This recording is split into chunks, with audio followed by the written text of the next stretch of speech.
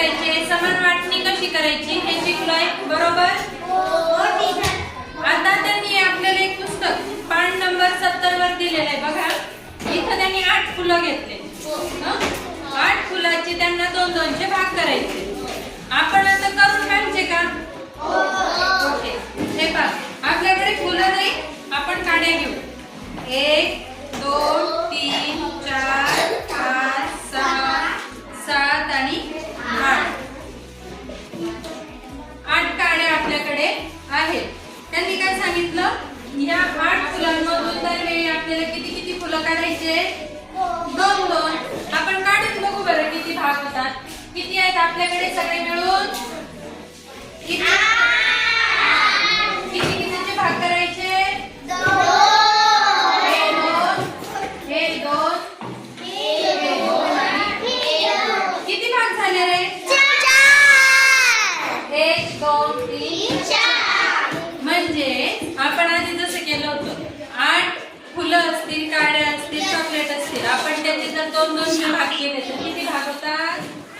आता आपण 8 काड्यांचे भाग केले होते 2-2 चे, किती झाले होते? 4. जर ह्या काड्या 10 असत्या तर किती भाग झाले असते? 5. उरलेल्या 2 काड्या आपण इथे दुसरा भाग, म्हणजे किती? 1 2 3 4 5 भाग. हे भाग करायचं लक्षात आलं? आता आपल्याकडे ह्या 10 काड्या आहेत आणि अजून 2 आपण ऍड केल्या. सगळ्या काड्या किती झाल्या? 12. आता मी तुम्हाला उदाहरण दिलं, 12 भागिले 4 म्हणजे आपल्याला 12 चे किती कितीचे भाग करायचे?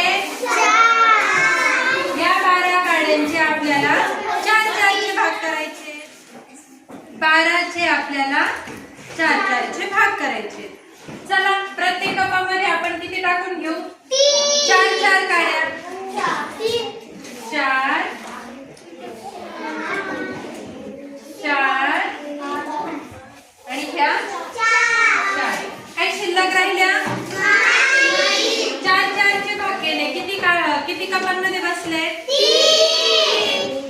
आपण भाग किती कितीचे केले? 4-4 चे. पण किती भाग झाले? 3. जेवढे भाग झाले तो असतो आपला भागाकार. बाकी काही उरली आहे का?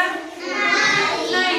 हे जर आपल्याकडे 13 काड्या असत्या, आपल्याकडे 13 काड्या असल्या असत्या, आपण 4-4 चे 3 भाग केले, तरी पण एक काडी शिल्लक राहिली. या शिल्लक राहिलेल्या काडीला काय म्हणतात? या शिल्लक